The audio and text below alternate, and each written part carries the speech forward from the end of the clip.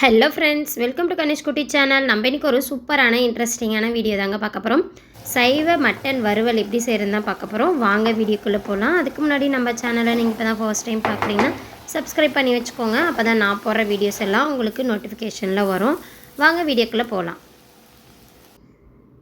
நம்ம மட்டன் வறுவல் பண்ணுறதுக்கு பச்சை பயிறு 1 டம்ளர் எடுத்து நைட்டே ஊற வச்சுருக்கேன். காலையில் எழுந்து இதே போல் ஒரு மிக்ஸி ஜாருக்கு நல்லா வாஷ் பண்ணிவிட்டு சேர்த்துக்கலாம். கூடவே 2 கிராம்பு, ஒரு பட்டை சேர்த்துக்கிறேன். அரை ஸ்பூன் அளவு சோம்பு, ஒரு பச்சை மிளகாவை இதே போல் 2ஆக உடச்சி சேர்த்துக்கலாம். 2 பல் பூண்டு, இதே போல் சின்ன சைஸில் இஞ்சி சின்ன சின்னதாக கட் பண்ணி சேர்த்துக்கிட்டேன். அரை ஸ்பூன் அளவு கல்லுப்பு சேர்த்துக்கலாம். நல்லாவே அரைச்சி எடுத்துகிட்டு வரலாம். ரொம்ப கொரணும் வேணாம், ரொம்ப நைஸாகவும் வேண்டாம். இந்த பதத்தில் இருந்தால் போதும். இருக்கட்டும். அடுப்பில் ஒரு குக்கர் வச்சுக்கிட்டேன். தண்ணி ஊற்றி வச்சுருக்கேன். நல்லா கொதி வந்த பிறகு தட்டு வச்சிடலாம், இட்லி தட்டை. அதுக்கு மேலே லைட்டாக ஸ்ப்ரே பண்ணிவிட்டு ஆயிலை. அதுக்கு மேலே நம்ம நல்லாவே அரைச்சி வச்சுருக்க பச்சை பயிரை இதே போல் புடி கொழுக்கட்டை மாதிரி செஞ்சு வச்சுக்கலாம். நீங்கள் இட்லி குண்டானில் வேக வைக்கிறதுனால வேக வைக்கலாம். நான் இன்றைக்கி குக்கரில் வச்சுருக்கேன். ஒரு மூடி போட்டு மூடிடலாம். நல்லா வெந்து வரட்டும். அதுக்குள்ளார அதுக்கு தேவையான கிரேவி ரெடி பண்ணிடலாம். அடுப்பில் ஒரு மண்சட்டி வச்சுக்கிட்டேன். மண்சட்டி நல்லாவே சூடான பிறகு 2 டேபிள் ஸ்பூன் அளவு ஆயில் சேர்த்துக்கலாம்.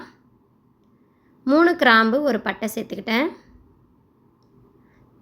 2 வெங்காயம் சின்ன சின்னதாக கட் பண்ணி வச்சுருக்கேன். அதையும் உள்ளார சேர்த்துக்கலாம்.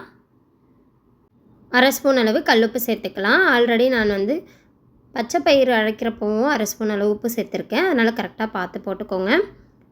1.5 ஸ்பூன் அளவு இஞ்சி பூண்டு பேஸ்ட்டு சேர்த்து நல்லா வதக்கி விட்டுக்கலாம்.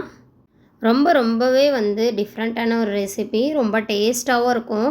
நான்வெஜ்ஜு சாப்பிடாதவங்க இதை ட்ரை பண்ணி பாருங்கள், சூப்பராக இருக்கும்.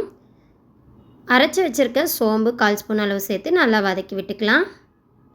இந்த டைமில் பச்சை மிளகா 3, தேவையான அளவு கருவேப்பிலை, தக்காளி 2 எடுத்து கட் பண்ணி வச்சுருக்கேன் சின்ன சைஸில். அதையும் உள்ளார சேர்த்துக்கலாம். சேர்த்துட்டு நல்லாவே வதக்கி விட்டுக்கலாம்.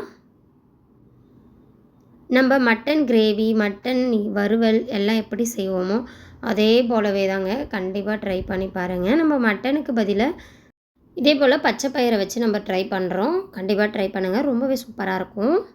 குக்கரில் வச்சா பச்சை பயிறு நல்லாவே வெந்து வந்துருச்சு. நல்லாவே ஆறின பிறகு இதே போல் சின்ன சின்ன துண்டுகளாக கட் பண்ணி எடுத்துக்கலாம். மசாலாவில் 1/4 ஸ்பூன் அளவு மஞ்சள் தூள், 1 ஸ்பூன் அளவு குழம்பு மிளகாய் தூள், 1/4 ஸ்பூன் அளவு ஜீரகத்தூள், 1/4 ஸ்பூன் அளவு கரம் மசாலா தூள், 1 ஸ்பூன் அளவு தனியாத்தூள், இதெல்லாம் சேர்த்துக்கலாம். சேர்த்துட்டு நல்லாவே வதக்கி விட்டுக்கலாம்.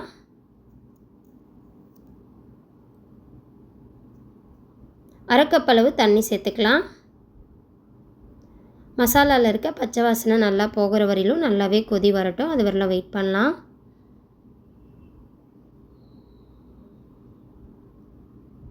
அவ்வளோதாங்க, நல்லாவே கொதி வந்துருச்சு.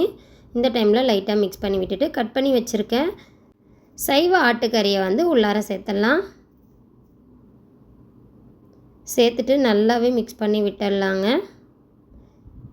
குயிக்காகவே ரெடி ஆகிடும். கண்டிப்பாக ட்ரை பண்ணி பாருங்கள். நம்ம வீட்டில் காய்கறி, வெஜிடபிள்ஸ் எதுவுமே இல்லாத டைமில் ட்ரை பண்ணுங்கள். ரொம்பவே சூப்பராக இருக்கும்.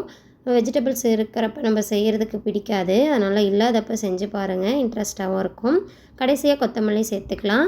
அவ்வளோதாங்க, நல்லா சுட சுட சூப்பரான டேஸ்ட்டில் செம்மையாக ஆட்டுக்கறி வறுவல் ரெடி ஆகிடுச்சு. இதே போலவே நம்ம சைவ ஆட்டுக்கறி குழம்பும் வைக்கலாம். கண்டிப்பாக ஒரு நாளைக்கு வீடியோ மேக் பண்ணி போடுறேன். இந்த வீடியோ உங்களுக்கு பிடிச்சிருக்கும்னு நினைக்கிறேன். பிடிச்சிருந்தால் லைக் பண்ணுங்கள், ஷேர் பண்ணுங்கள், சப்ஸ்கிரைப் பண்ணுங்கள். அப்படியே பக்கத்தில் இருக்க பெல் ஐக்கானையும் கிளிக் பண்ணிக்கோங்க. இன்னொரு சூப்பரான இன்ட்ரெஸ்டிங்கான வீடியோவில் பார்க்கலாம். தேங்க்யூ ஃபார் வாட்சிங்.